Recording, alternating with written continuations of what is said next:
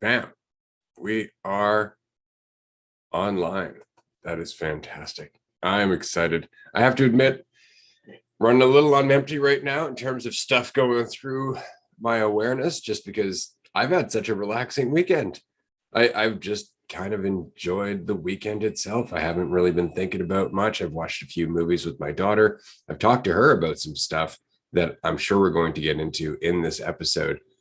People pleasing seems to be a consistent theme this week, not just in our community topics episode, which I encourage the listener to go and check out if you haven't as yet, but with everybody that I'm talking to, is just this ongoing thought that I need to make people happy with me, that I should be doing things that cater to other people's expectations, because if they don't agree with what I'm doing or like what I'm doing, somehow that diminishes me. And I just want you to know that is certainly not the case. True, you should be considerate to people if you can be, in the same way that you would want people to be considerate to you. But that's different than people pleasing. People pleasing is not being honest with yourself. It's really important that you be honest with yourself. And I don't just mean you, but the other person as well, because you're not doing anyone any good by pretending to be something that you're not. It doesn't help, and it doesn't inspire anybody else to be authentic. And that really is the point right now. Authenticity. It's so important, but it takes a while for us to get this.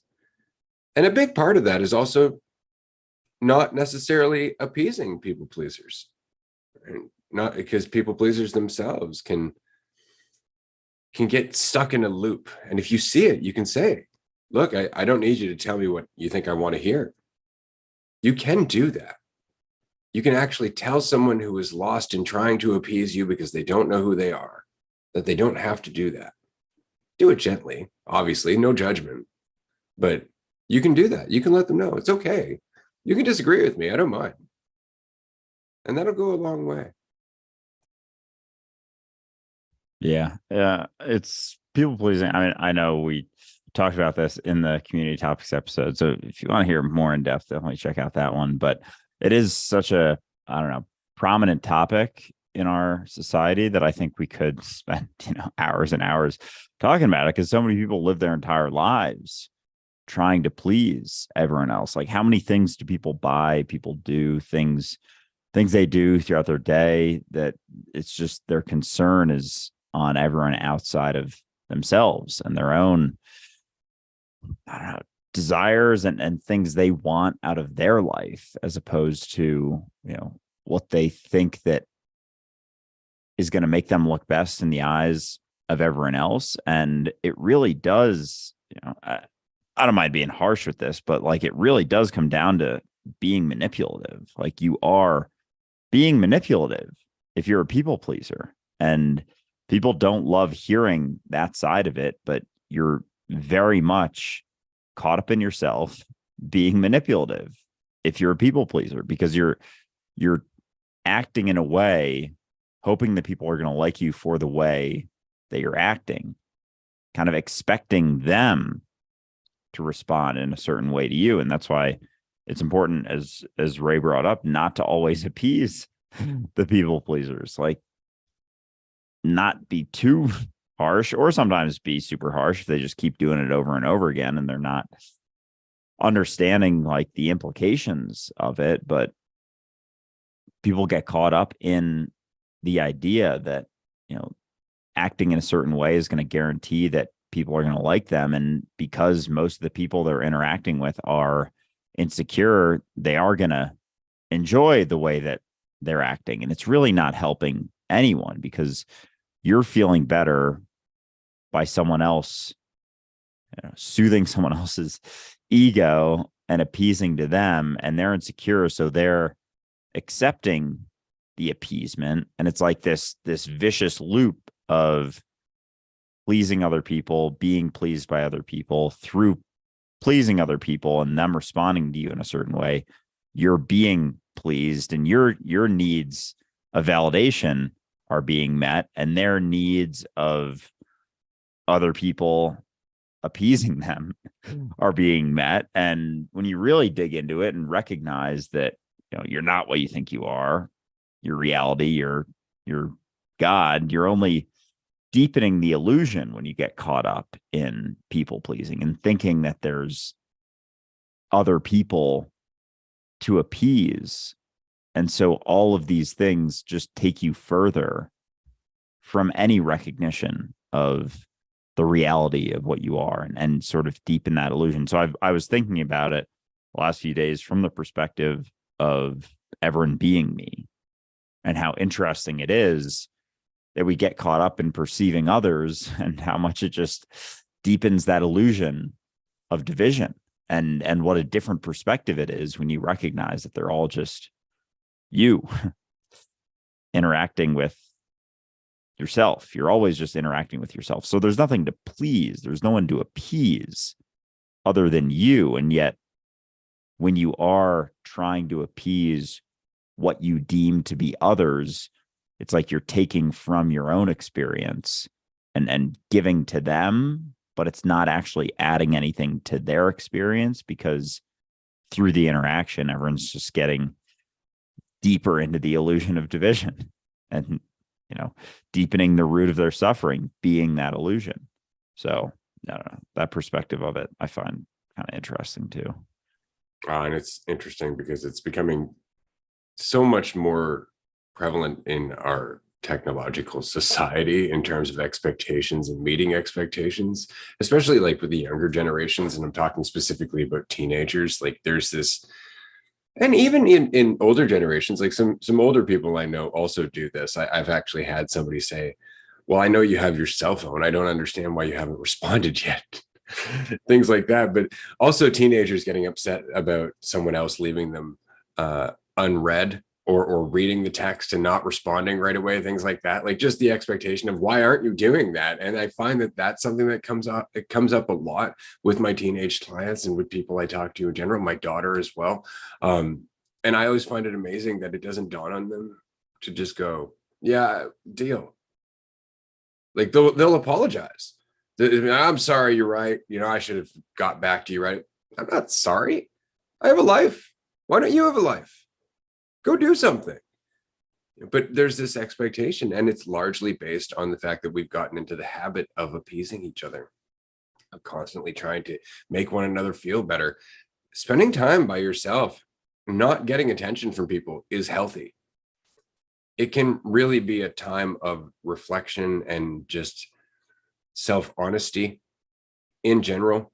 Just the opportunity to, well, I would say opportunity from my perspective, but I know it doesn't always feel that way when you're doing it, but actually just forcing yourself to be in a position where you can't reach out to someone else to make you feel better, where you actually have to be there for yourself. So when that person is not responding to your text, for example, or they're not calling you back, or you're not getting the attention you want, rather than reaching for someone else to make you feel better about it, you just deal with it. And that's it. You just deal with it. And that is a normal thing to go through. And yet we don't think about that often. We don't even think that it's healthy for other people. Like, oh, I gotta make them feel better. No, you really don't. You don't. In some cases, you shouldn't, or at least it's not as helpful as you might want to think it is. Right? Sometimes it's good to let people know, yeah, I'm not going to do that, and you can deal. No malice, but this is just not something that's within your control, because I don't want to jump through those hoops for you. That's it. You can do that, and it is actually beneficial. Yeah, I think this is a fun one, because it's something that isn't discussed that much. Like it is, but not from the perspective of that person taking responsibility so often. And it's funny how that's very much the case. And real quick, just so everyone knows, we do acknowledge the chat. If you do have questions, feel free to toss them in there. HT Handy, good to see you. Appreciate you joining and hopping in. But yeah, even saying stuff like, because I am like, I don't know, kind of notorious for not getting back to texts in a timely manner at all. Like my friends are very aware that if they text me, it may be a couple days before I respond. And I don't know, it's like it's almost a habit that I've built that I'm not saying that is a good or a bad habit necessarily, but sometimes things just pile up, especially with DMs or texts or whatever. And I really don't spend that much time on my phone. Obviously, social media, you have to be on your phone and whatnot. But when I'm with other people or doing stuff, like I don't love just sitting there looking at my phone. Like a lot of times it's in another room. It's not even necessarily near me. And there are times when, texts will like kind of pile up and then I just don't get, and then I don't know, I just don't get back to them. And then I have this weird thing where I just like won't for a little while. And it's not because I don't want to, but part of me just like, I don't know, I create this wall between like responding and not. And I wanted to bring this up to Ray too, because I'm sure he has some insights on it, but it's like, I don't know what it is. I can't necessarily define it, but it's like, I don't, I don't know. But anyway, I have stopped saying when I do get back to people, like, sorry for the delay, like, oh, sorry, it took so long to get back to me. I used to say that every time I respond, and now I don't anymore. A lot of times I'll just respond, even if it's like fucking a week later, and I'll respond, and it is what it is. And I do find it interesting how there's always the inclination to say sorry for the delay, as if there's some sort of made up expectation for like that you should respond within, say 24 hours. If you don't get to it that night, you get to it in the morning, whatever. And maybe that's part of it. For me, it's kind of like that addictive behavior pattern. I think like I should have responded then, and then I didn't. And then it's like, I have to make that jump to do it. And then it's been like 4 days. So part of me is like, I don't really want to deal with responding so late. So then I just don't. It's like, oh, now it's been fucking 8 days. Now it's like, oh my God. And there's like, I guess it's like that sort of addictive behavior pattern of thinking that you should do something and not. And then there's discomfort that arises. So you just avoid it instead of facing it and moving on, which I'm kind of realizing now. But there is sort of this made up expectation of a timely response. And it does make sense when you're interacting with someone, I guess, on like a business communication side. Like it was part of my job was client interactions. And you can't not respond to someone within 24 hours. It's like part of the contract. But obviously it's different for text and whatnot. But yeah, it's something I deal with, but I don't apologize as much anymore. It's just like, it is what it is. But I don't know. Sometimes there's, especially with DMs, I get overwhelmed with it. And then I just avoid all of it as opposed to like incrementally facing it, which I sometimes do now. Like I'll just get in, just respond to a few and be like, okay, that's enough, instead of thinking about the mountain that I have to climb, which is like with any fucking productivity thing or any times you want to do something. It's like, oh, I have to write 10 pages. You think about the 10 pages, it's too overwhelming to even start. Or you can start by writing one sentence and it's like, oh, that's way easier. And then you just keep going with it. But yeah, anyway, that's something I deal with sometimes. Yeah, I imagine most people do, right? Like, because it's that should that makes it difficult. And there is this wall that builds over time because you start to think like, well, if I respond now, I've kind of put it off this whole time, but that's okay. And I'll admit, I respond, hey, apologies for the delay. And it's not to say that I'm sorry necessarily that I couldn't be there, but that I would have really liked to be there had life made it easier for me to do so, let's say. Like, because sometimes, admittedly, there are messages where I just don't have the time to respond. And I know it would be worse for you. So keep that in mind. Like, you can only do so much, and you can only do as much as life makes possible to some degree. I mean, like, for example, you and I were working full time while we were doing the podcast. People would reach out. It's kind of hit or miss. Either we catch it or we don't. right? And then it gets lost in the shuffle. There's a little less of that now, but it still happens. It still happens that things get lost in the shuffle. And if I notice it after a while and I'm like, yeah, I feel like responding, I'll respond and I'll say, hey, apologies for the delay. But not because I feel bad, but because if I could have gotten back to them, I would have. But the whole point about the responding is that I don't respond to everyone. And I probably never will respond to everyone because admittedly, some people are deliberately trying to take advantage of the fact that social media is there. Like they will write to me knowing full well that they can because I'm on social media, and they'll go on these really, really long rants. And sometimes it'll be multiple pages. I have one-on-one sessions available on my website. If you really want to get into something in depth, book an hour with me. I'm more than happy to go in depth on everything. And before the session, if you want to include a little summary, I'll even read it. So that way I can be prepared for our conversation. That's not a problem. But to expect me to put in the time to read this very long text message, it's just unreasonable. And as such, I don't always respond to them because to me, that's something that's obvious when you think about it. Right. This person has a podcast and talks to a lot of people. They probably don't have time to read this 5-page letter that I've written. And it's no offense to you, but that's just part of the world that we live in. It's part of your life as well. You only have a certain amount of time. Right. And then there are other messages where it's a short little, hey, I had a question about this. And I'll fire back like, oh, we covered that in this episode. Or why don't you reach out to our community Discord where we have 700 plus members who are all willing to have this conversation. If you just throw it into the general chat, a lot of people will participate and you can open a dialogue, because sometimes that's the best thing I can offer is a community of other people who are interested. But that doesn't mean that I have to respond to everybody. And in fact, some of them just go unread. You're talking to somebody who has 3,000 unread emails in his inbox. I just want to mention that just because, again, like some things just don't need to be addressed.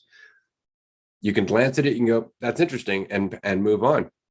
I mean, admittedly, Andrew, you and I on our Dualistic Unity account on Instagram get consistent emails from people that are just proposing business ideas. And they're not even proposing them straight up. They're like, oh, hey, I had a question about such and such. And you respond, and they're like, oh, that's great. I was wondering if you'd like to do this, or I'd love to do this for you. It's like, okay. So this is about a pitch. So with that in mind as well, we can only pay so much attention to social media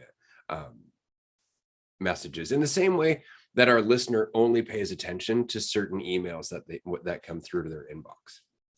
A lot of time you'll see a headline or a subject line in an email. You're like, nope, I have no interest, and you'll just delete it. This is why email marketing doesn't really work anymore. And I know a lot of people are going to go, yes, it does. Yeah, not really. I mean, if you have an engaged audience, sure, email marketing works just fine. But on its own, it's kind of just throwing money down a hole. You know, that's why nobody really does it anymore, unless they have a double opt-in list, and there's all kinds of marketing considerations there. An engaged audience is the point, but email itself sucks as a marketing platform because we all know to tune it out. Social media is kind of the same thing, right? And so the more popular you get on social media, the more likely you're just not going to be able to respond to everyone, and that you shouldn't necessarily respond to everyone. But we do try to keep an eye out for the ones that we can respond to quickly with something that is at least encouraging or insightful and offers a perception.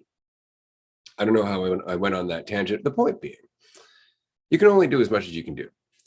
And if you're going to do anything, do it because of enthusiasm. Like, this is, I guess, a powerful and encouraging skill if you can master it. Whatever it is you have to do to just turn yourself to enthusiastically doing it. And that's not changing your perception so much as just getting out of the way. Letting go of all the reasons why you aren't getting more out of this, letting go of all the reasons why you don't like it. And that's pretty much it. And so when I respond to people, I get very enthusiastic about it. Sometimes I get a little carried away when I actually do put time down to just respond. And I'll just respond and respond and respond. Well, why? Not because I feel like I should. Because otherwise, each and every email, you're like, okay, that's one more. All right, I'll do one more, because it becomes this arduous task instead of, I wonder what the next person has to say, which is a different feeling, right? So it's a bit of a practice of that within reason. You can't be doing it all the time. And not every message is going to get a response, because frankly, some of them are too complicated, or some of them just aren't asked in seriousness. Like, give you an example. We often get questions, or sometimes we'll get suggestions for topics of something that we've covered in almost every episode. Like in terms of like, right? Like in terms of generalities. And we get questions about this all the time. Like, well, what do you guys think of limitless awareness? All of season 1, 2, 3, and 4? It's just one of those questions where it's like, like, it's such a general question. There's no way for us to respond to that in a text, and we're not going to at the end of the day, because that's what the podcast is for. It'd be like coming up to somebody who wrote a 1,000-page book and say, can you summarize that in 2 sentences for me? It's a big, thick fucking book, and you should read it. That would be the summary, right? But that's the point, is that just like you would have to select which questions you can give the most effective answer to, we do, within reason, because we only have a certain amount of time, and we only have a certain amount of attention that we can give at the moment. But as we expand, there are more and more people in our community that are willing to reach out and willing to connect with people. And of course, I'm thinking about Amanda specifically right now, who is just incredible in terms of reaching out to the community. And I don't know if she's listening to this, but she may listen to it later. It's noticed.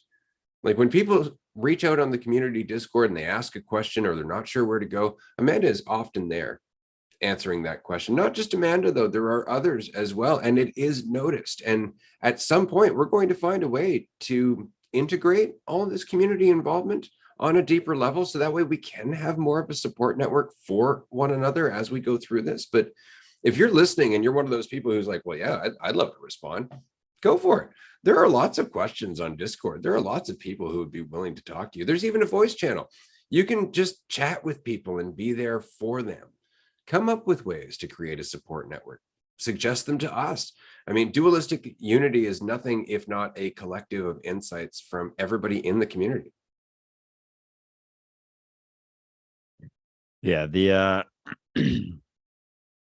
it's kind of funny, the crossover between people pleasing and the expectations, and the lack of willingness to do your own research or thinking, like always wanting someone to just have an answer for you. And I've always found this very fascinating, that people will ask something and having not done anything themselves, like just ask it thinking that someone else is just going to give them the answer. And it very much is a skill to build over time. And with the and then just regarding, I don't know, everything you were talking about before that, with the enthusiasm and practice of enthusiasm. And I think it's definitely a practice, because I'm like working through that for sure. Just having so many options of things to do, and being able to choose one and let go of any idea that you should be doing another. I think that's what it comes down to, is like, there's no right or wrong choice, but when you do choose one, you choose it and you're focused on that, instead of like doing one thing. Like, sometimes I find myself doing one thing, like trying to do two things at the same time. And it's like, all right, killing two birds with one stone. It's like, no, fucker, you're just doing both worse than you would do focusing on that one. And there's definitely certain things that I veer towards, but then it's always like, I don't know, there's always, it's very often a feeling like you should do something else, or I get caught up in almost needing a immediate return, like ROI type feeling on things. And that's why I think a lot of times I'll veer towards, editing clips for the podcast, as opposed to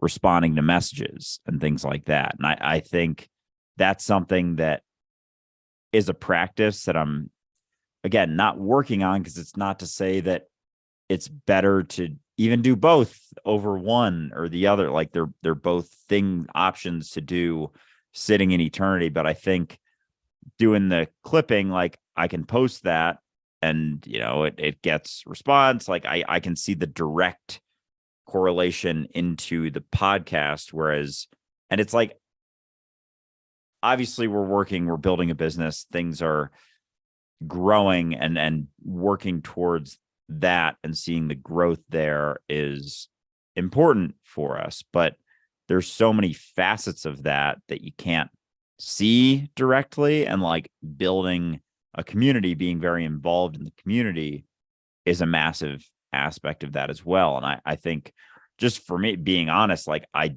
don't always see the directness of that. And so I think it's harder for me to gravitate towards that when I see, like, right now we're building, you know, trying to build our downloads, listens, whatever. And so it's like, well, to me, getting clips out there seems like the best way to do that. I'm going to focus on that.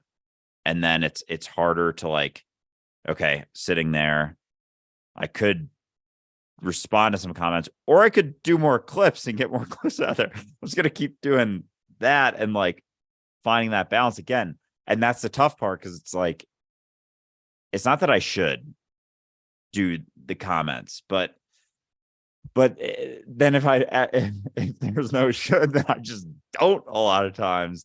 And I guess it's having the patience until there's the understanding of why you should do that. And like, not should, but like why that's as much a viable option. And this is still just, yeah, again, being honest, like these are all things I'm very much getting used to.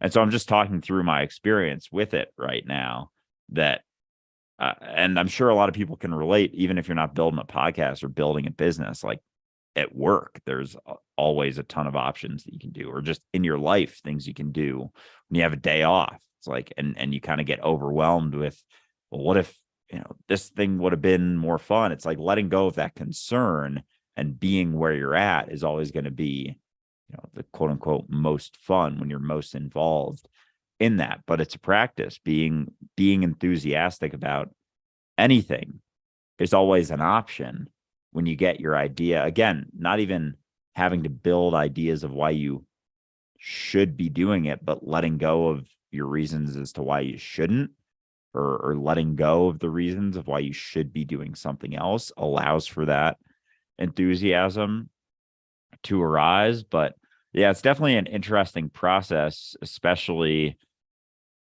when you're kind of just doing it and continuing to do it for the sake of doing it, and not having a like a relative bar to compare to. Like we look at our listens and downloads and stuff, and we know how things are going and whatnot, but there's not this idea of like, we want to get here. It's like, oh, we're seeing growth. Cool. It's not like that's a good or a bad thing, because then you start seeing, you know, it going in the opposite direction for a little bit, and then you get worked up and you're like, oh fuck, it's not growing as much anymore. It's like, you don't know what's happening. This could be leading to another like explosion or whatever. And that goes for anything in our lives. We think we have this perspective that we can see the big picture, and we can't. We're so caught up in the immediate. We have no idea if things could be completely different in a month, and you don't know. And what's going to inform that ability for things to happen well for you is the letting go of that fear and that worry about what's happening right now. Because if you get caught up in seeing that, and then you're like overwhelmed by it, and you're like, oh no, I have to do this and I have to do more of this, and get overwhelmed, that's just going to take you further from any place that you would be going if you weren't so concerned and you stepped back and you relaxed into the reality of the uncertainty. It's always there and existed just in that constant state of freedom, really. So anyway, that's just a lot of thoughts out loud.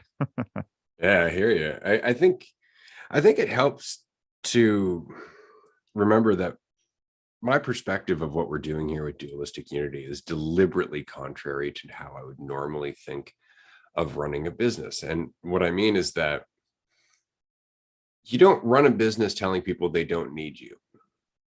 That is not a sound marketing plan. And you don't develop a life coaching service where you tell people, okay, you're good now. You never really needed me to begin with. This is not a sound marketing plan. It's really not a great way to run a business, but we are not trying to run a business in the normal egotistical sense in terms of just survival. What we are part of, or what this is an attempt to have a discussion that isn't necessarily subject to that mentality, where it's not done for the sake of the business, but it is a business because it does have to exist within the world of business. And so to me, the success of Dualistic Unity really comes down to how much integrity we have in this discussion, as well as the willingness and the support of our community. It really is about that, because I mean, to some degree, yeah, we got to be out there doing the business thing. But on the other hand, if we're not really involved in this conversation for the right reasons, or for lack of reasons, as it were, if we're not enthusiastically involved with this conversation, everything goes downhill, because the person who's listening to it isn't going to feel as connected to us. Right. And so this really is an ongoing practice in surrendering and having faith that it's going to work out by virtue of the process of surrendering, because of the ripple that's being created. And so it's an act of faith ongoing. That all said, my perspective of what we're doing is a little different than just running a business. I consider it more of taking care of, of myself, of taking care of my body. And in this case, my body's gotten a little sick and overrun with some old habits and some old diseases, as it were. And so we're basically performing triage. And as a result of performing triage, we have to prioritize what can make the most impact in terms of the well-being of the patient, right? And we only have certain resources, kind of like a field medic, for example. They're not walking around with, a bunch of equipment and whatnot to treat the patient. They have a very limited bag. So they have to do what they can and then get them somewhere else. And so for us, I know as a life coach that to some degree, you can do a lot of good for one person, one-on-one in a conversation. On the other hand, you can do a world of good with one solid insight that hits 100,000 people on social media. So what makes the biggest impact? And what do you have time for? Because admittedly, the social media, the clips and whatnot, that takes time. Like, you put time into arranging those clips, planning those clips, putting the captions to those clips, selecting the music, all of that stuff. And then there's the response time and all the comments that go with that clip. So you're looking at something that goes, yeah, this is a bigger splash. This is going to have more of an impact for the well-being of the patient because they're bleeding, as it were. So here's something to cover that up, or at least slow that down. But on the other hand, you have to take care of the little things as well from time to time, right? Because if you're not, then you're not looking at the whole thing holistically. So it always just comes down to, how much time do I have? And what kind of impact can I make with that time? Right. So I look at it as triage. So it's never I should be doing this. It's, what can I do? Right. In the general trajectory of a healthier patient. Right? Or a healthier friend, however you'd like to look at it. But that's really what it is what can we do? And that changes why we do it. It's not necessarily, to make sure we're going to make that income, because again, that income is going to happen by virtue of the listener. Quite frankly, if you're going to continue listening to this show, that's going to help continue to bring it in, right? And that's going to help Andrew and I continue to do this show, because we're doing the best we can right now with what we're making, but it's not sustainable. Right? Like, we have to keep pushing to some degree, but we're really trying to keep that mentality out. And we're having faith that we're going to get more supporters over time, that as traffic goes up, we're going to find more advertisers. I want to mention, actually, if you run a business or have a podcast and you would like exposure to our fantastic community, you can advertise on Dualistic Unity, the podcast. Just go to podbean.com/dualistic unity, and there's all kinds of options there for advertising as an audio ad somewhere within one of these episodes or many of these episodes if you'd like. So that's something that's going to happen over time. And as that happens over time, I guess is what I'm saying, is that we'll have even more time to put into triage. And as people can help out, that's awesome as well, because we'd love for people to be able to reach out to community, as I said earlier, because that makes more time for us to do those blasts with the clips, or for us to do an extra workshop, or for us to drop our prices for an event or something like that. Like, all of this works together. But right now we have a limited bag, limited time, and frankly, there's a lot of work to do. And so we can only do so much. And it's important to recognize that. Now, we've been talking about Dualistic Unity to try and keep this relevant to the conversation in terms of what we deal with. But for the listener as well, this is true. You can only do so much. People are going to expect things of you, but you need to understand that expectations always come from that person. They don't necessarily have anything to do with you, as you know from having your own expectations. Right? So sometimes it's just a matter of changing perception, understanding where people are coming from, even understanding where you're coming from. Andrew and I are trying to make this so it's a sustainable full-time thing that we can continue to grow and grow and grow over years. So that way we can continue to help this community flourish and get into more projects and things like that.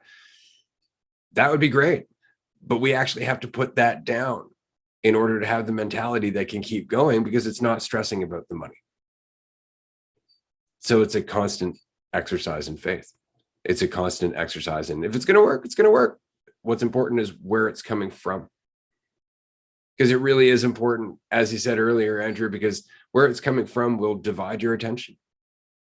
Right. And then all of a sudden you're putting in months of work, but half of your attention's really in the work and half of the attention is wondering about the shoulds.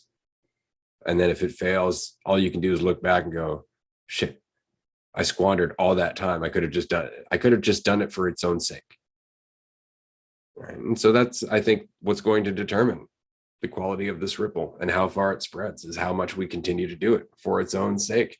But again, that just comes down to changing priorities. And to me, triage is a matter of priority.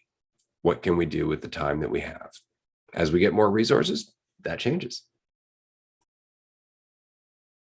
Yeah, it's an interesting balance, especially in our society, and just like where I'm coming from, having grown up in a certain mentality, certainly, like I'm still very much getting used to it. I know and I'm not saying that like it's easier for you by any means, but you've, I don't know, had a couple more years in the bag with the mentality, and it's kind of like I'm stepping into it, learning the mentality as I'm practicing it and going through it. And there's a part of me that like is patient in certain mentalities, and there's part of me that isn't sometimes. And like, I gotta keep that fucker in check, because it does. I see the implications of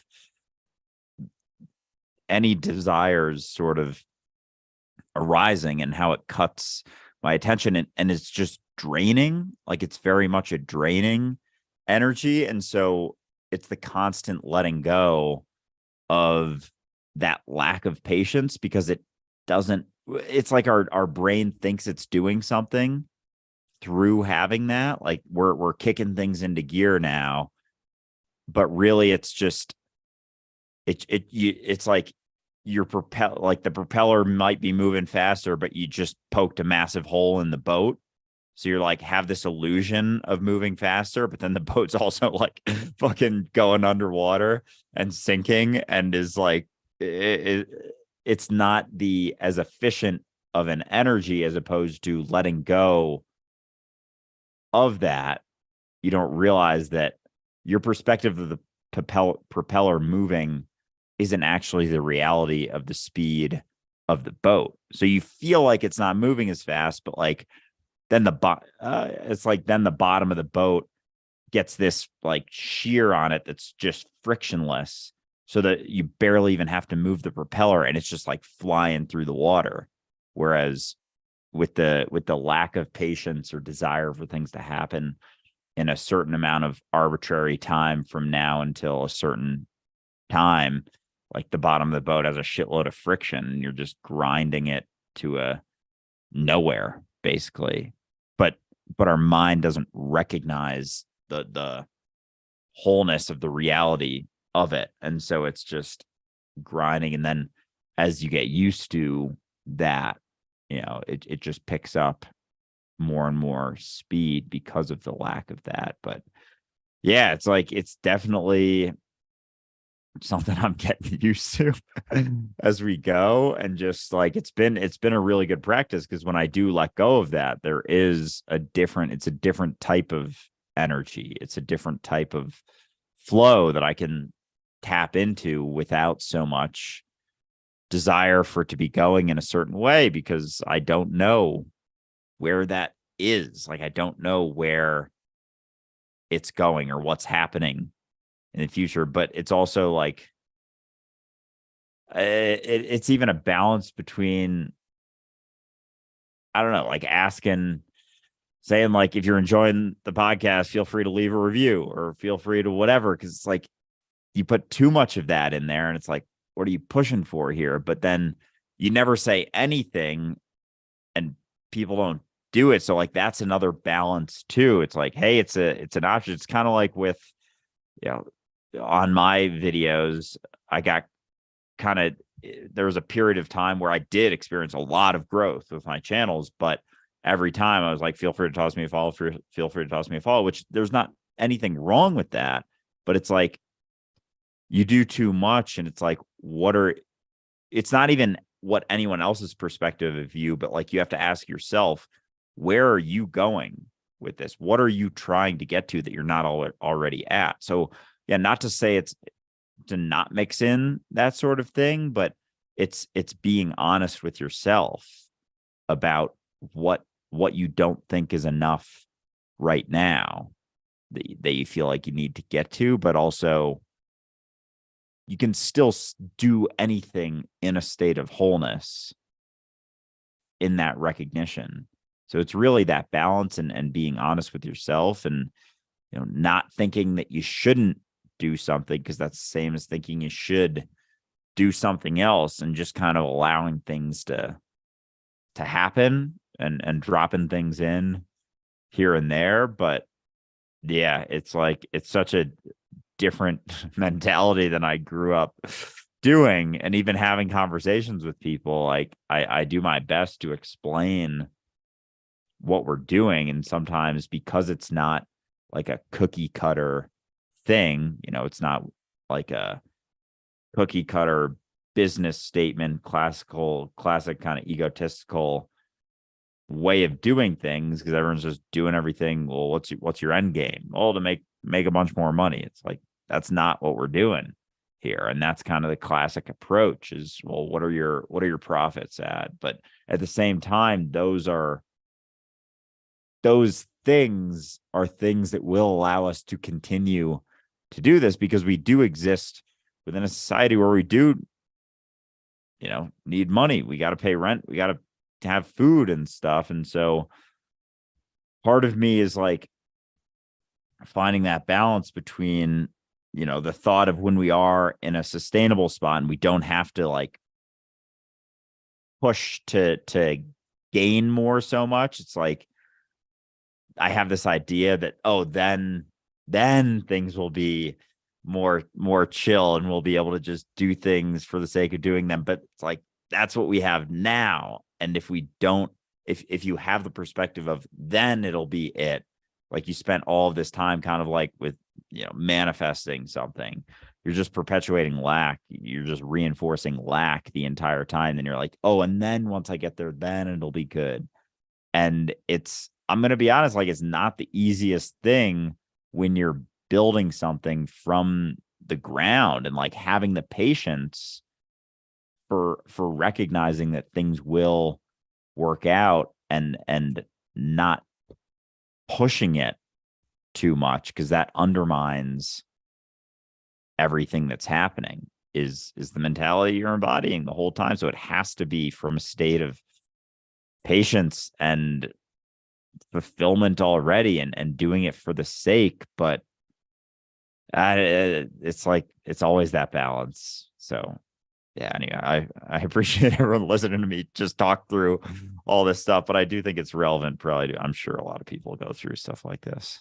Well, what we're talking about is really just the process of thinking about not just the short-term impact, but the long-term impact that you want to have, right? Because short-term impact, you create something like Hustlers University, good old Andrew Tate, right? Short-term impact, you offer a bunch of promises, or you offer a bunch of fake promises, and that'll make you a lot of money real fast, and that's it. You focus on that impact, and then when people decide that you're full of crap, you just close it down, you don't care, and you move on. You pull a Donald Trump. I mean, how many times has he done that? Created a product that was shit, and then just sold it on his name alone and made a big profit on it, and continued to, promote himself, as it were, but not really helping anyone else. So there really is a big focus on what do you want to do and why, right? But I think with social media, it's especially dangerous, because just like with profitability, you can start focusing on how much money you make. With social media, you can start focusing on how many followers you have. And I think that that's so tempting to people, but you're disregarding quality once again. Like, you can cater to a lot of people, just do something really dumb, right? And you'll get a massive following, because there are people who are just looking for distraction. There are people who just want to judge. There are people who are in it for a different reason. But if you're looking to create a sustainable ripple, not just something that you can market for a product, or market as a product for profit, then you're looking at a different type of audience, right? It's kind of like being a murder mystery writer, for example. You're not going to attract action fans. You're not going to attract necessarily romance novel fans, right? Well, why? Well, because you're a murder mystery writer. Well, this conversation's pretty fucking deep at the end of the day, and it tackles a lot of things that most people would rather leave untackled, because they're busy convincing themselves that they're going to be happy if they just get that carrot, or they run from that stick. So it's not necessarily about how many people are listening, so much as the people that are listening.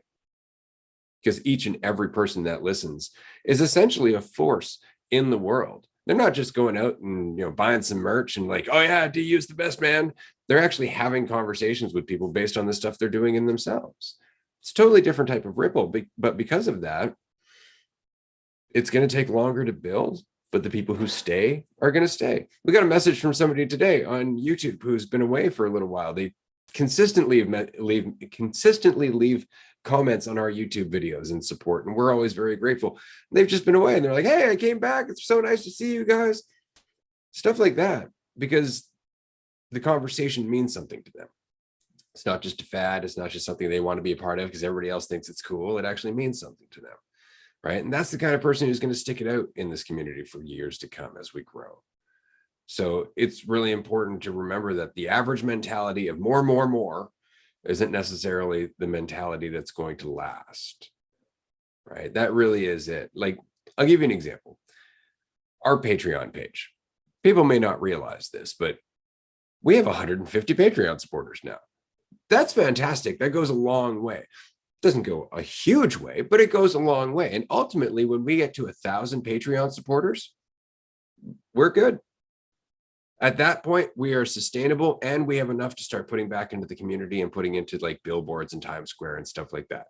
Just 1,000. You don't need millions of followers for that. You just need 1,000 people who genuinely believe in the ripple that you're making. That's not a lot of people, and for $5 a month, that's not a lot of money, right? But it really just comes down to the quality of the conversation and whether or not the environment is willing to have it. Right, or willing to support it. And I think that that's really what we're testing here. And the only way to really test it is to be in it. Right. But what's nice about this, and I'm sure our listeners are like, am I listening to the end of Dualistic Unity? No, you're not. What's nice about what we are doing is that every episode, every conversation, every workshop, every event, everything that we do is out there more or less forever. Right? So the ripples will just continue to pile up. We're just hoping to do it as quickly as possible for the sake of being able to maintain this consistent energy. Because admittedly, there was a lot less energy that we could put into this in the first year because we had to work full time to sustain ourselves. Right. So it really just comes down to the community. Do you want us to continue putting in this kind of energy? And if they do, then they're going to do so through their support. They're going to help us by attention, by sharing things, by contributing on Patreon, by just downloading the podcast. Right. That's all helping. So, I mean, that's really what we're in right now is how much does this mean to me? Not just me, right? Yeah, and coming at it, even coming at it from that perspective, it's funny. It's like these are all applicable insights to anyone, but it's really like me and Ray are just like going back and forth about everything going on in Dualistic Unity's reality right now. It's almost like a combo between a business meeting and a one-on-one, but it's also a live stream and going to be a podcast episode. So it's funny, but yeah, I mean, everyone gets insight into things we talk about. Like this is exactly how our conversations in private go, as much as it may seem like insights are coming out or whatever that are applicable to you and your life and what you're going through. This is like just a normal off recorded conversation that we would have, but coming at it from the recognition of, being it perspective, that always kind of puts me at ease with things. It's like when I start getting impatient or worked up or whatever, it's like it's very much coming at it from the perspective of Andrew, but coming at it from the perspective of God, you have way more patience. Like there is a infinite well of full of the water that is patience from that perspective. And really impatience comes from how limited your patience is how limited you see yourself.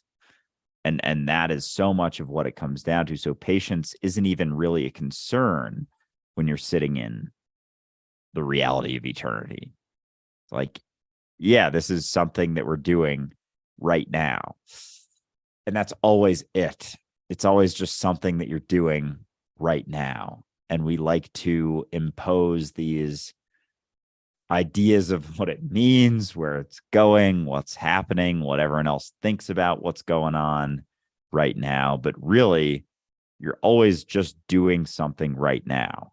And how fully can you give your attention to that thing that you're doing right now? Because that is eternity. That's what you're sitting in right now. So trying to get anywhere, using a moment to try and get to another moment, almost just doesn't even make any sense. It's like, what do you mean another moment? What are you talking about? Like there is nowhere to get. You're always sitting here now in this state. Like, what do you want to do with this? There's no future moments that you're getting to. You're sitting in eternity right now. You're experiencing eternity right now. There's nowhere else that you're going to go. There's no end to this moment. There's no beginning to this moment. There's no other moment. There is no other anything. And this is it. And from that perspective, it just makes a lot more sense. Like it really does always put me at ease, and understanding that how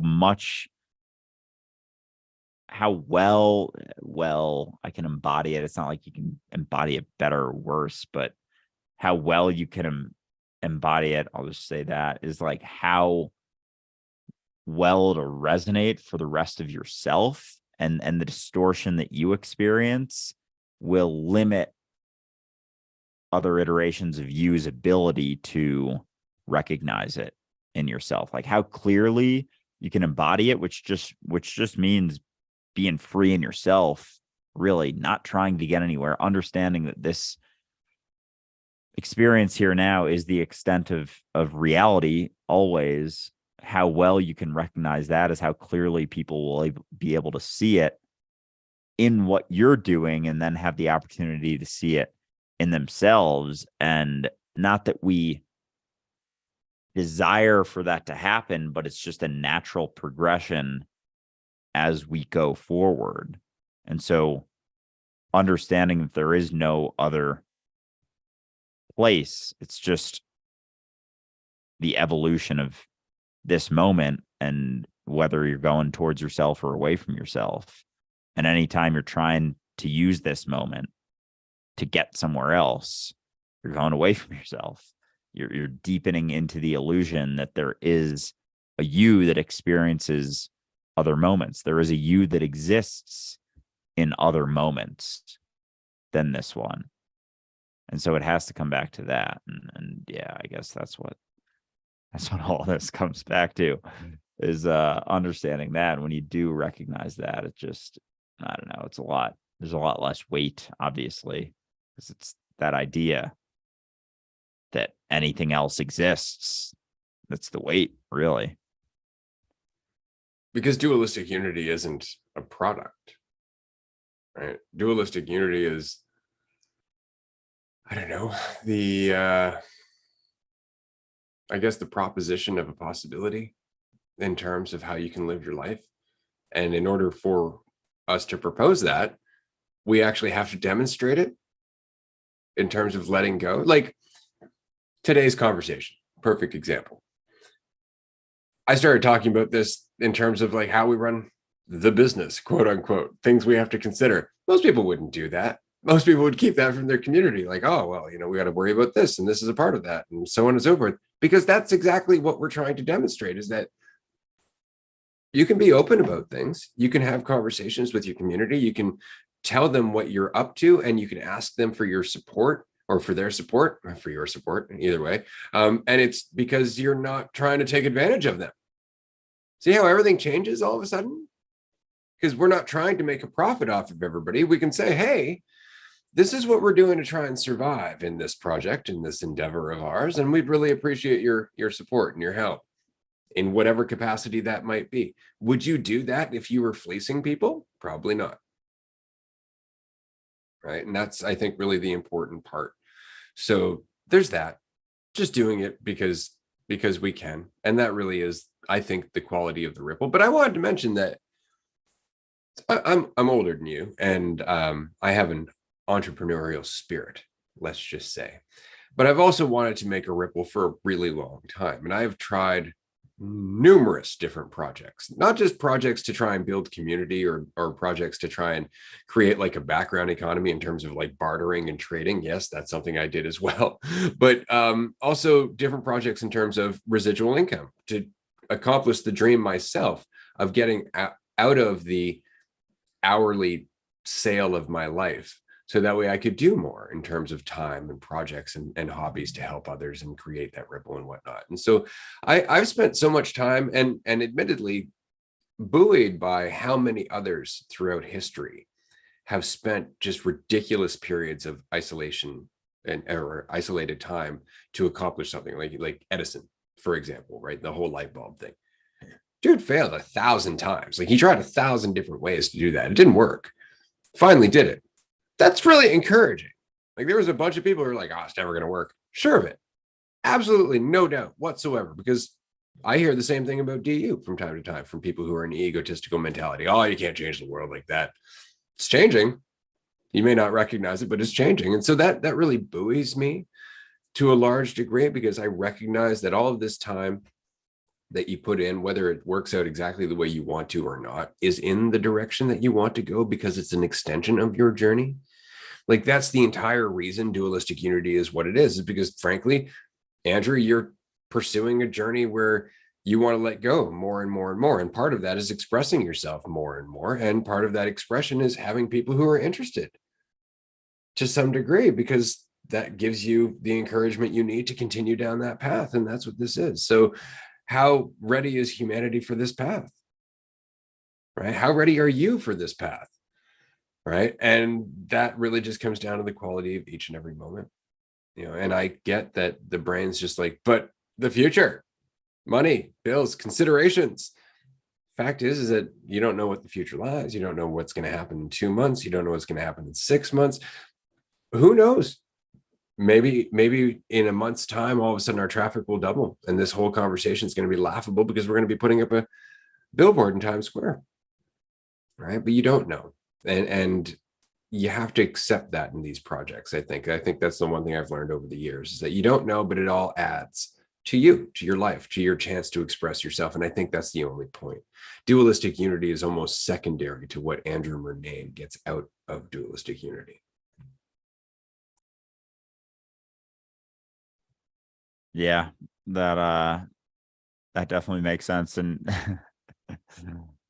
yeah, because even thinking about it like that, if we were in a place, say we were bringing in the amount that we've decided that's gonna, we're gonna cap for a time and reinvest everything for a while once we get to that point with a monthly income. Like, even if we were making, hypothetically 10 times that, like, I would still want to be doing this. Like, I would still wake up in the morning, do the same exact thing that I do right now. I'd still want to be doing the same exact, live streaming and group chats and episodes. Like, this is how I would spend my time if money was not even a thought that had to cross my mind, and there was never a concern, for putting my credit card into something, if like, oh, how much is this taken out of my savings right now or whatever. There isn't, without that, it's like, this is what I would be doing, so might as well just keep doing this. And we are seeing things shift and change every week, every month, certainly. And so might as well just keep at this, because even if, I did have to do something else on top of it in order to bring in enough money to live, I would still be setting aside a good portion to be doing this anyway. And so, yeah, I mean, coming at it from that perspective, it's like, this is the thing that I would be doing anyway. So, yeah. And like, part of me definitely wants to travel and stuff, but it's like, even traveling, it would still be, I want to be having this conversation throughout the week, at least a number of times. And so, yeah, it's like, I don't know, what's the alternative anyway? It's like, we're already doing this, so might as well just keep doing it and stop being concerned, because that's just draining part of those energy stores.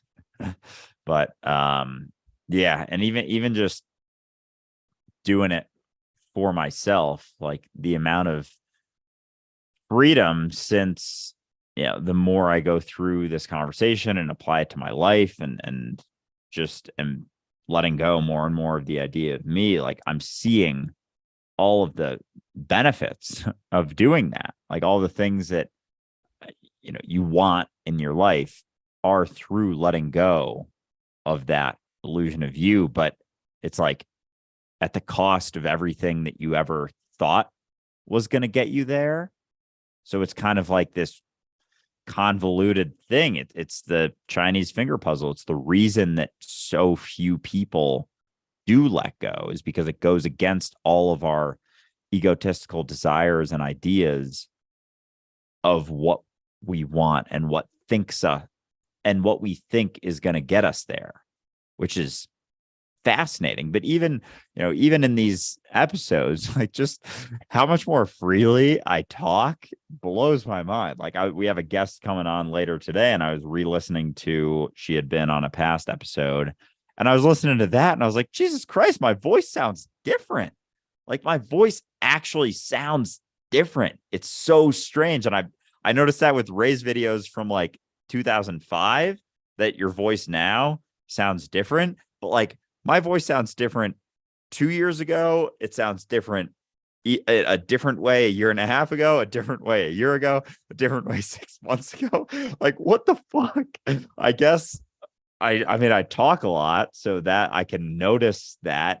I talk every week. You can hear my voice. So, but it's fascinating that the tone has changed so much more, and it's directly correlated to how free I feel in myself, which just is correlated to how little I think about myself.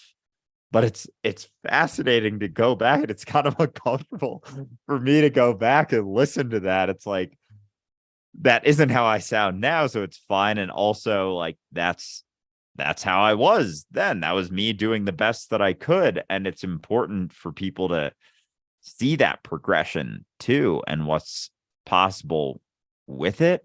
But it's fucking hilarious to look back and listen, even just listening to my voice. It's so, and you know, my facial expressions, my mannerisms, they've all become more and more free throughout. And so if that's not the ultimate benefit of doing any of this, if that's not the perfect example of what's possible when you recognize this and actually do make that leap of letting go of all the things that you thought were going to get you there, then I don't know what is. It's certainly been enough for me. And what's the alternative? Like, going back to the other mentality and not being as free in myself, like, there's nothing compares to it. Nothing holds a stick even close to being free.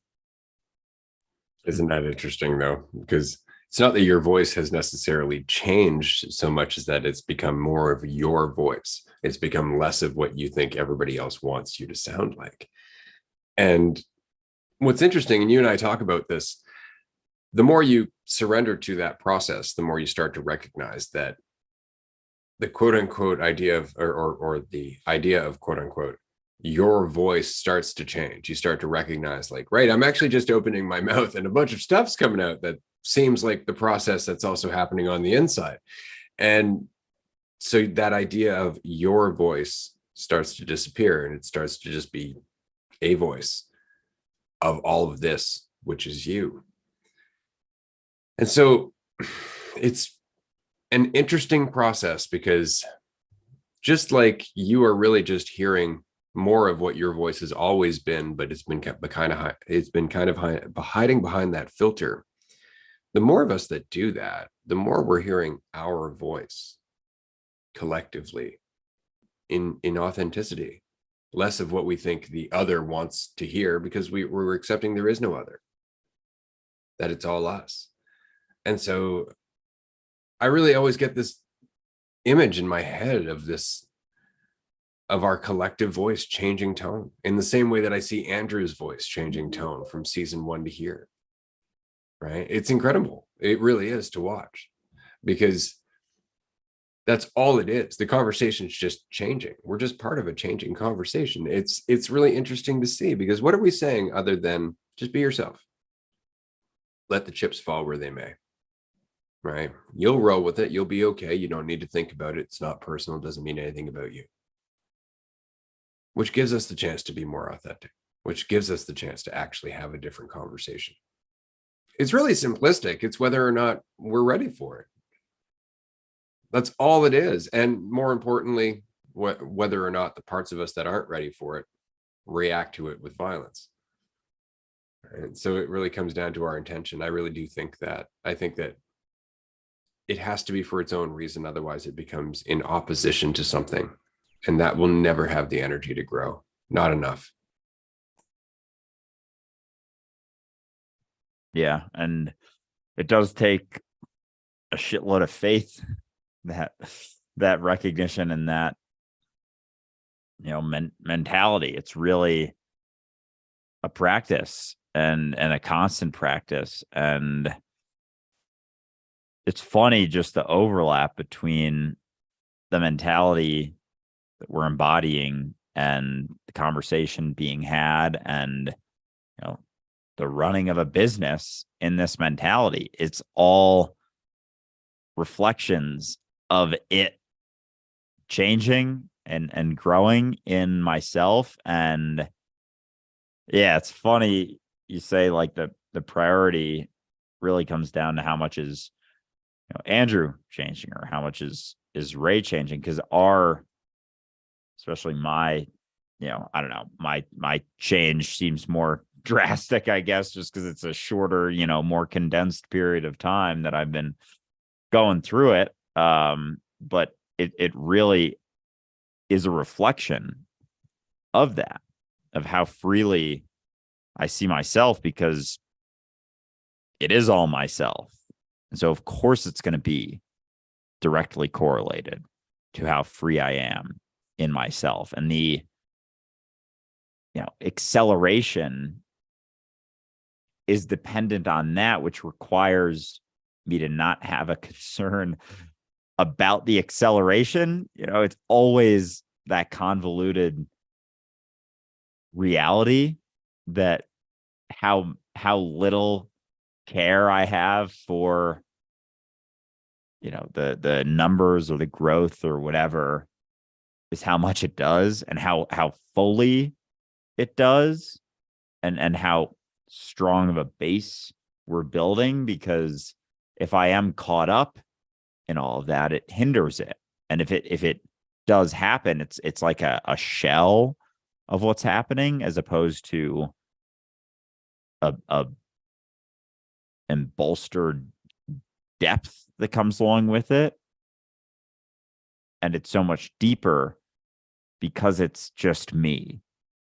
Anyone who follows or listens or helps out or leaves a review is just me leaving a review on it. And so, of course, it's reflective of my mentality and my willingness to be free in myself, my willingness to see this conversation for what it is. How clearly I can see it is how clearly I can see it.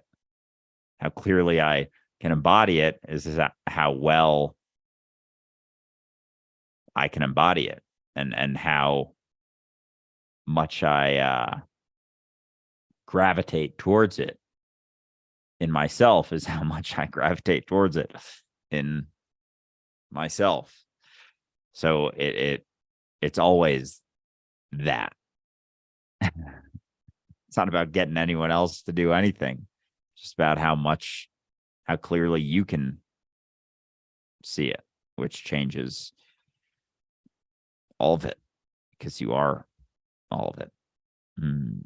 It's very much like trying to build a house, as it were. I think that's what he was getting at when he talked about building a house on sand, right? And said, yeah, you can do it, it's not gonna last, right? And it's ultimately reflective of a temporary mentality that's really just trying to get it done for the sake of the satisfaction of getting it done. Whereas you really dig that foundation, right, then it has a chance of lasting a long time. And we're not just trying to build the foundation of a discussion through ourselves, but we're also trying to build the foundation of a different way of living for ourselves. And I mean that for Dualistic Unity as a whole. I mean, we're not just talking about creating a dialogue in the world of ripple after ripple, but eventually we want to tackle everything in terms of like the monetary system. We want to come up with a different way of facilitating local governance. There's all kinds of stuff that we want to get involved with, but that's all going to require a strong foundation. That's all going to require a level of understanding. It's not just about having something people can become a part of. It's because that's not how this works, is it? Everybody who is part of Dualistic Unity understands that there's nothing to be a part of, that it's just about them. Well, that mentality of responsibility needs to flourish in order for everything that we want to do in the long term to flourish.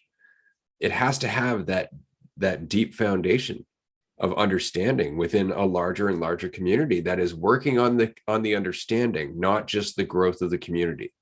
So it's totally counterintuitive to everything else we do, because it's not about getting as many people as we can. It's getting each and every one of me to be free, because each person that's free is a force that you can't count in just in numbers. Like look at me in my life in the last 20 years, just ripple after ripple after ripple after ripple. Even when things were hard, even when I was, struggling in a lot of ways, did it matter? No, it didn't. So you get 10 more people like that in the world doing their thing. How much change is that? Get 100 more, 1,000 more, 10,000 more people just doing it for themselves. That's a force. It's very different than what our current mentality is in terms of like groupthink. Got to get together with as many people who agree with me as possible. No, we want a bunch of people who disagree with us, but are open enough to do it. right? Because they're growing. And we want to disagree with them because we're growing and finding that middle ground and going through the process of communicating to do that. That's how we come together. It's a totally different vision, but that's the point. It's so radically different that it's taken us 4 seasons to try and communicate what it is we're doing, because we're not even sure. We're just part of this conversation, and it's growing, and it's doing all that. People are getting involved. I've been at this for a long time. The fact that this many people are getting involved is really encouraging, because it's not through us out there going, you got to come and join the conversation. We're just having it. That's all it is. We're just having it. And what I love is the people who are getting involved, the people who are volunteering their time, people who are putting in more and more in terms of being on the Discord or just trying to make changes in their own life. That's, I think, the most encouraging thing. And this is one thing I wanted to mention back about the messages on social media and whatnot. If you're writing to us and you don't have a question, you're just like, hey, I love the podcast. You guys are doing great. Or this is something that's changed in my life. This inspired me to do this. Or I recently made this change. Those we like. We like those messages where it doesn't require us to respond. You're more or less just touching base and saying, hey, I'm doing awesome. That's great. We love that. By all means, keep doing that for sure, because that's what this is all about. We're doing better. You're doing better. Right. And whoever we talk to, I was going to say expose ourselves to, but that would have sounded wrong. Whoever we talk to is going to do better by virtue of us not being a threat, because we don't need anything from them. And how often do we have that opportunity to talk to people who aren't trying to get something from us? That's it. We're free in ourselves. And so we're able to help other people be a little bit more free, simply because we're not adding to their prison.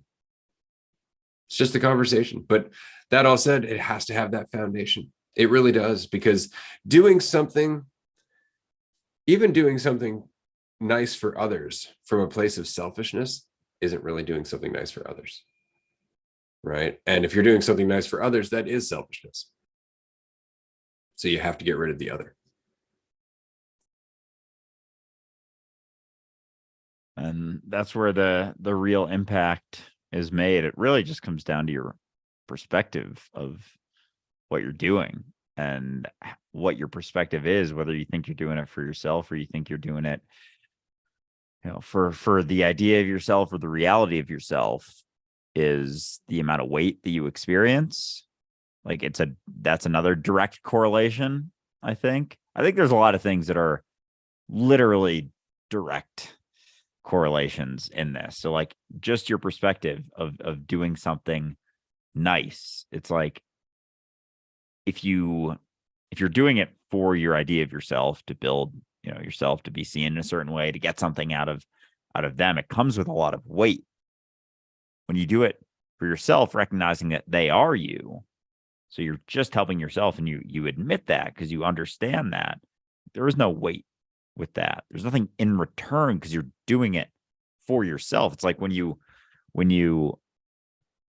I don't know, do something, I don't know, I'm trying to think of like something nice you would do for the idea of yourself, like buy yourself, I don't know, a gift for yourself or something. You don't expect yourself to do something in return for yourself, because it's like you're getting the gift for yourself. That's already the thing.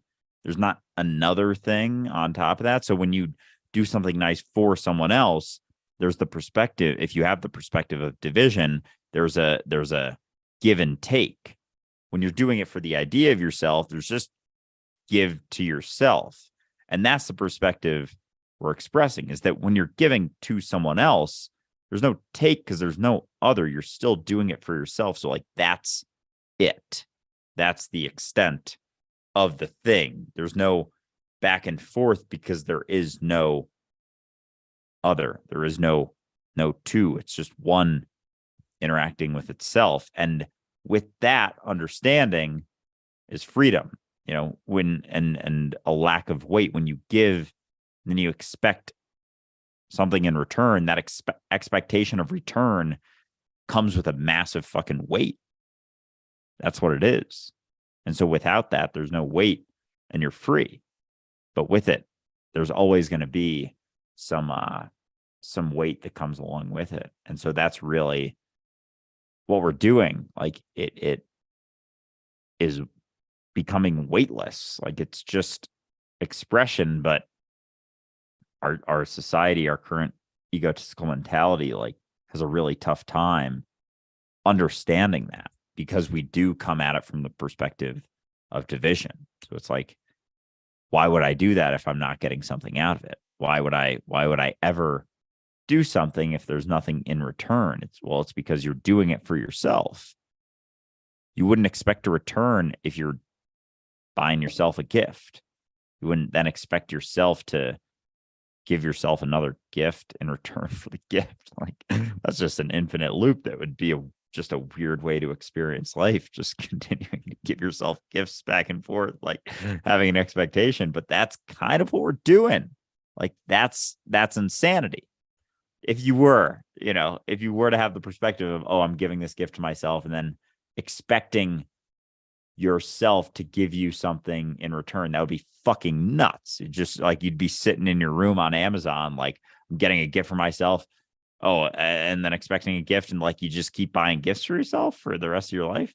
But that's kind of what's happening. That's the reality of what's happening when we give a gift, or not even, I just keep using gift example, but just do something nice for someone else. Give them your undivided attention for 30 minutes. And then if you expect them to do something in return, it's like that perpetual loop of just giving and expecting, giving and expecting, giving and expecting, that becomes a prison. It's just a prison loop.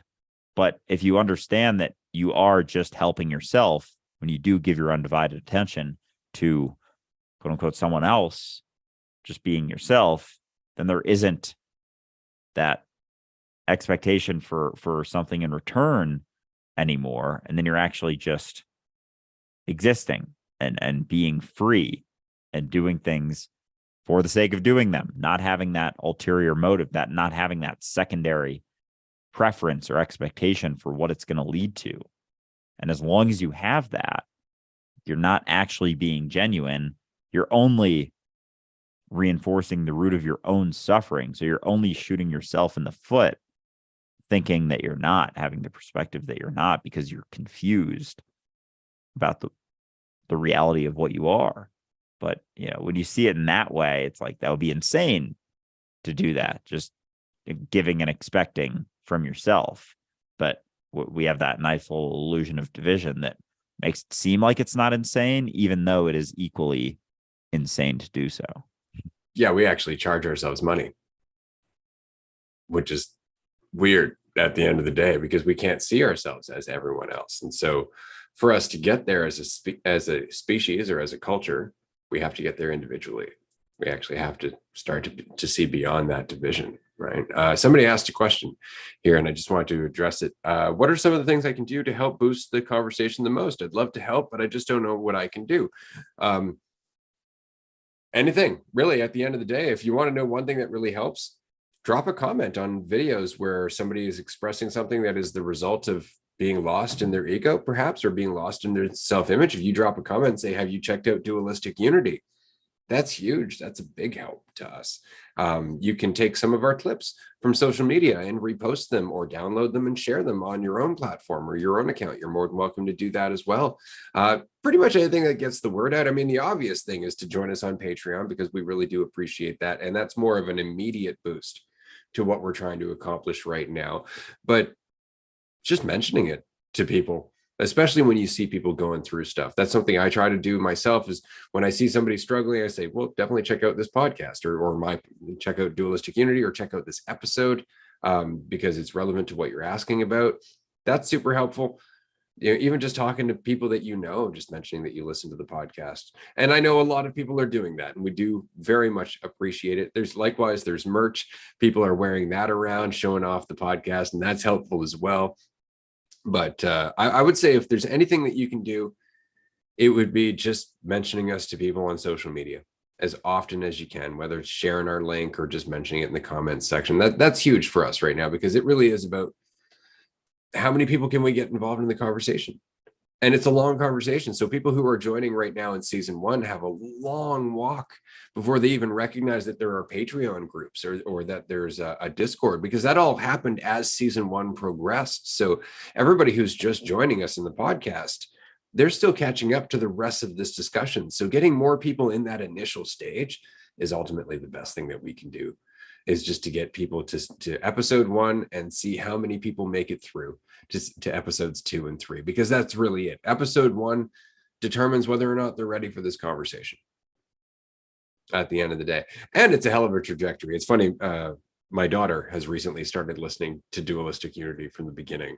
And she laughs really hard at how different we sound, not just you, but me as well, because I've become a little less reserved in terms of worrying about losing my job, for example. But it's just funny because you start to recognize how far we've come, not just in terms of our own personal journey, because admittedly, I've changed a lot in the last 17 months. I've really enjoyed the ability and the opportunity to express and connect with people. I think it's helped facilitate a lot of the changes in my life, but as well as just how easy this conversation's become. It's something I used to be really hesitant to have the full-blown conversation. You get into some of the outlying stuff, like this is how you can get over anxiety, or this is, how to get through that date you're going on, that kind of thing. But to really dive into how we are all one, and to have people enthusiastically involved with that conversation, yeah, it's pretty mind-blowing to me. I'm excited to be a part of it for sure. And if you're excited to be a part of it, that's really all you need. Just be excited, right? That excitement will come through in everything that you do. Yeah, it's funny thinking back and just like how many things have evolved since season 1, episode 1. And it's funny even thinking about just like my life and thinking about, that wasn't that long ago. It was a year and a half ago. I was 26 when we started it. Like I think back to being 21 and feeling like I'm not that different, even from 17. Like I probably am the height that I am and kind of looked how I look relatively similarly for the past, I don't know, 10 years. So I was 18, 19, 20-ish. And but just the changes in my perspectives and in the freedom that I feel in the last year and a half is fucking insane. And then to think back to 5 years ago, the differences. And it's cool that I have at least for the last 2.5 years, I don't know. I keep thinking like receipts for how I was, that sort of thing. Like the receipts are all out there for how free I felt in myself and my perspective on things, because that's changed a lot too. Like I posted videos about all sorts of stuff that now I'm like, oh boy, there's gonna be a lot of consequences to holding on to that one.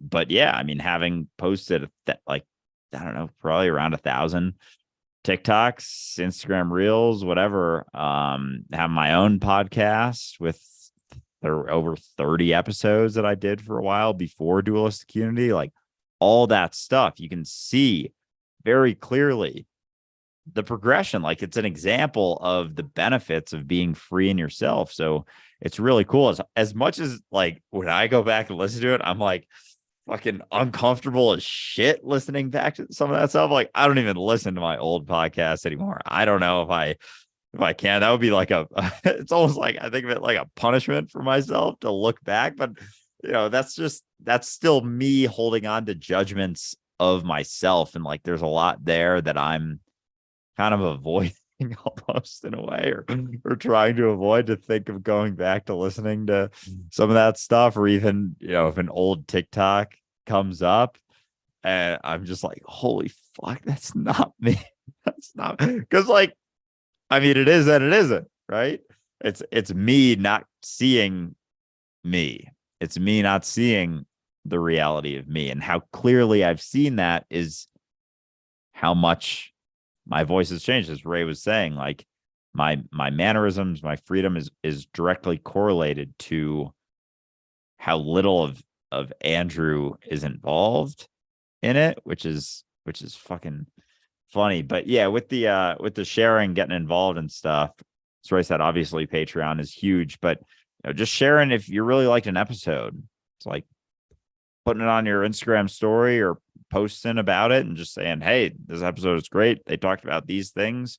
It was cool. And if you tag us, like we'll restory that stuff on our Instagram stories and whatnot. So yeah, anything you can do is very much appreciated. And even just having the conversation, not even mentioning Dualistic Unity, just having the conversation in yourself is helpful because that shifts everything. And it eventually, I don't know, funnels back to this conversation being out there because it isn't happening publicly very often.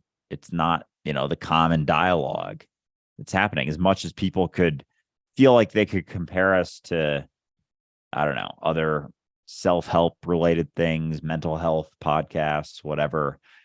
It's still caught in the same illusion. I'm not saying all of them, but majority of them are still very much coming at it from the perspective of them being what they think they are, as opposed to never being what you think you are, and understanding that beyond that is closer to the reality of you when you can't put your finger on it because there's no way to define it because you're not this limited idea. You are never the limited idea of what you think you are.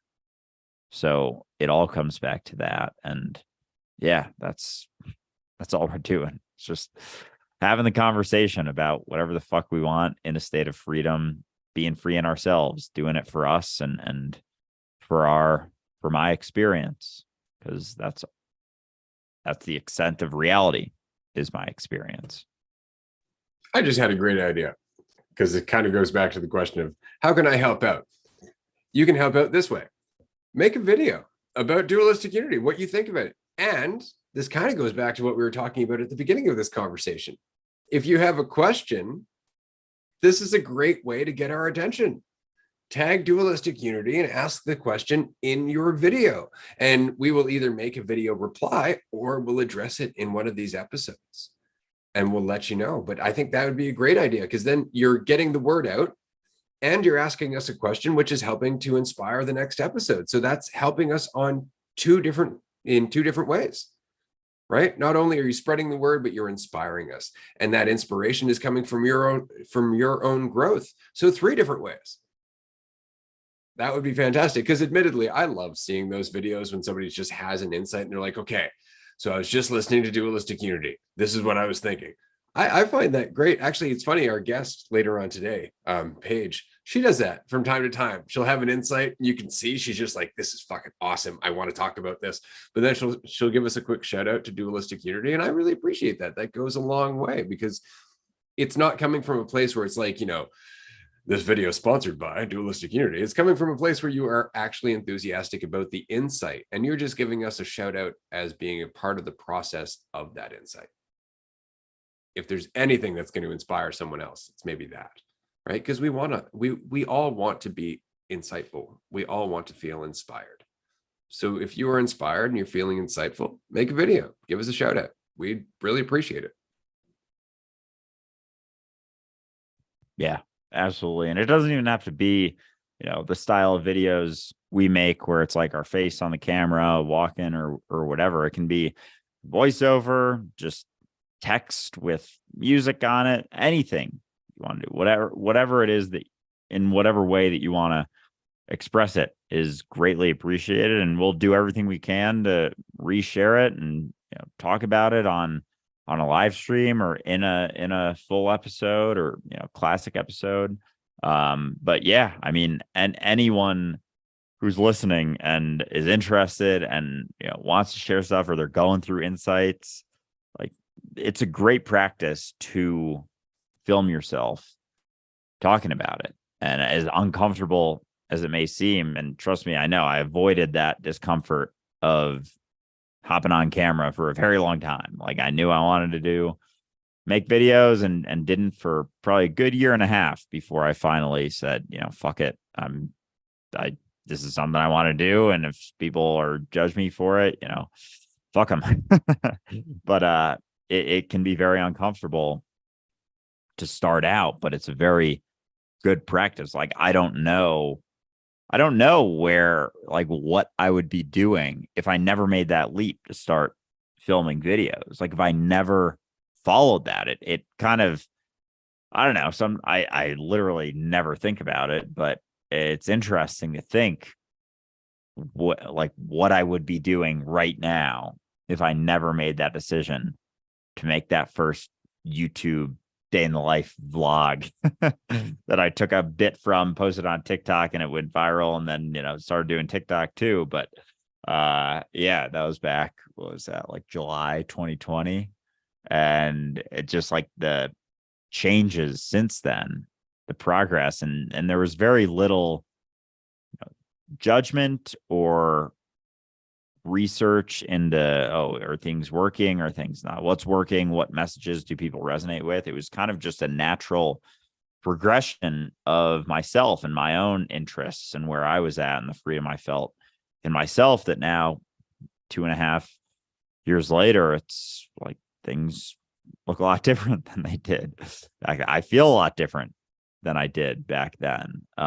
So yeah, just going back to making videos, like, it is a great way to kind of face that discomfort, become comfortable in that discomfort, be willing to put yourself out there. And if you got insights and thoughts, it's a great way to, I don't know, kind of finding a way to organize them, or just having zero concern for organizing them and just saying it how it comes out. Like I really enjoy a lot of times having an insight, just kind of starting to film without sometimes, like, a lot of times I'll clip them up, but sometimes I don't, and I just say it how it comes out, and it's like, all right, cool, that was an interesting way of expressing it. And then you post it, and a lot of times it'll resonate with a lot more people than you think, because we're all going through different variations of the same sort of shit all the time. And so if you're going through something, if you have things to share, if you have things to express, odds are there's a lot of other people who are going through it and would derive a lot of benefit from hearing your perspective on it. And so I think, yeah, there's just a ton of upside and growth opportunities for yourself through just putting yourself out there, and in whatever way that means for you. And if you are listening to Dualistic Unity and have some insights you've theme are similar to stuff we're talking about, or if they're not, and you're just expressing yourself freely, and give us a shout out or tag us, like, we'll absolutely do our best to respond and repost and share all of your stuff to help you out in the journey that you're on. Hell yeah. And just because I totally forgot to mention this earlier, every second Tuesday, we have a roundtable episode that is available to our Patreon supporters, tier 2 and tier 3. So if you have a podcast or a project and you would like to broadcast it on one of our episodes, that's available to you now twice per month. And it's a great opportunity because you actually get to engage in a dialogue with us. You can talk to the audience about what it is that you're trying to communicate, what it is you're working on, but you can also show them who you are in an actual dialogue with us and the rest of the group. It's a lot of fun. It's going to be tomorrow night, and then every second Tuesday, and then every alternating Tuesday, we have a call-in show where you can also call in for 10 or 15 minutes, express your point of view, share your story, ask a question, whatever it might be. So it's really good for engagement because we really do want to connect with everyone. I did also want to mention that we've been receiving word from a few people in our audience that they are going to be starting their own podcast in order to have this discussion for themselves and whoever might want to listen. I love this idea. I'm very excited about this idea. I just wanted to mention anybody out there who is thinking about doing this, if it's about this conversation, whatever this conversation is, you know what I'm talking about. We would love to know about it and listen to it when we can and tell the community about it. So definitely consider letting us know if you're starting a podcast. We might even invite you to be on the show so you can talk about your podcast a little bit, but you definitely have to let us know, and definitely do tell the community. Join us on Discord if you haven't as yet. We have about 5 minutes left. I just wanted to say it's kind of funny this episode because we really did get to to share a lot of what's happening behind the scenes in terms of Dualistic Unity and our growth and all that. And I just wanted to mention that we do this not frequently, but from time to time in our Patreon groups, we'll actually share the graph of our growth from week to week and some of our traffic numbers and what's happening in terms of our expansion and whatnot, just because we know we're not the only ones invested in this.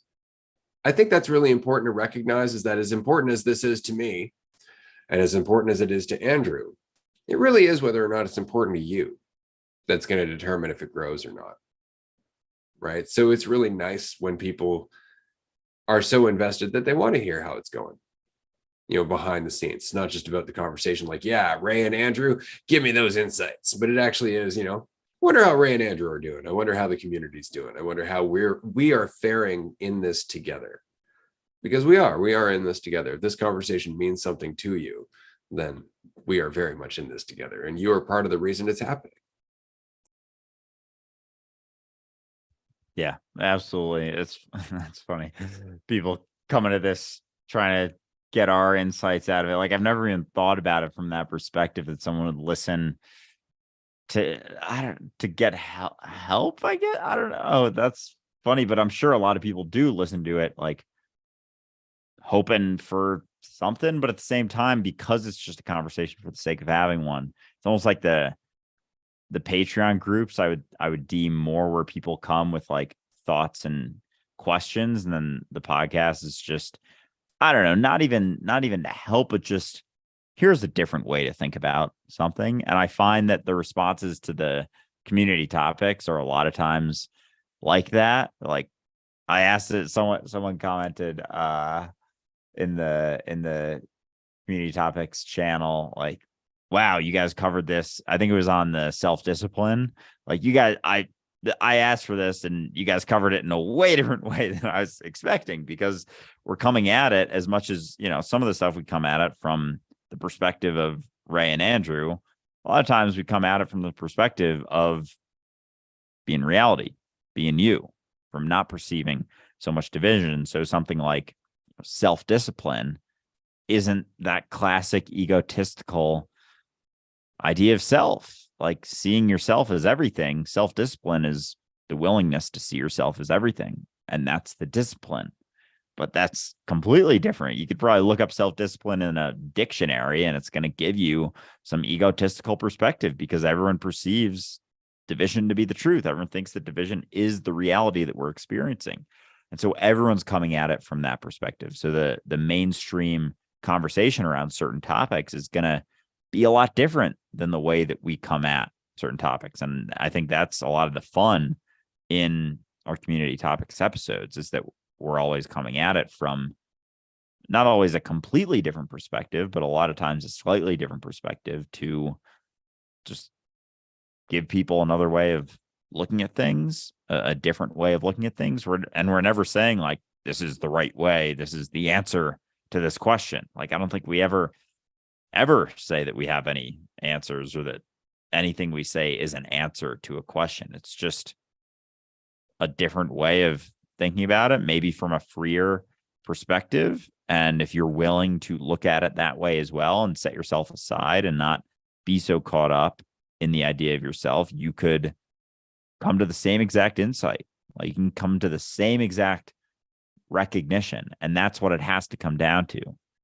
Is it for you? Is it for your life? Is it for your experience? Are you able to apply it to your reality? Not just understand it, but actually live it and experience it, because that's what makes the difference. That's what's going to get people wondering, what are you going through? You seem really different. Oh, I'm just not thinking about myself so much. Then you have a conversation from that. It's not about preaching it. It's not about standing on the street corner and screaming at everyone how they're God and all that stuff. It's just being it in yourself is always what it comes down to. Embodying it in yourself, being the example of what's possible when you set yourself aside. That's what's going to change yourself. It's how clearly you see it yourself. And it's funny, the correlation there that I don't know, more clearly realizing, but it's what it's always come down to. And it always will come down to that. So that's really the only concern, if there is one, is how much am I doing this for me? Because as I do it for me, I notice and I change. Yeah, absolutely. Discovering more of your voice, and by virtue of that, inspiring others to find more of their voice. And before you know it, we're like a choir. It's going to be fantastic. I'm going to end this episode here because otherwise I'm just going to keep rambling. And admittedly, we have a 2-hour Patreon group right after that. You can join Dualistic or patreon.com/Dualistic Unity. It's only $5 per month. And we do it twice a week. So you can chat with us twice a week for only $5 a month. And there's usually a lot more in terms of insight because there are a lot more participants, and we can go around and just answer everybody's questions or listen to what they have to share. So it's a fun and organic way to share insights and process things together. So we hope we'll see you there. I'm going to stop talking now. Thanks so much for joining us. We'll see you next time. Bye, everyone.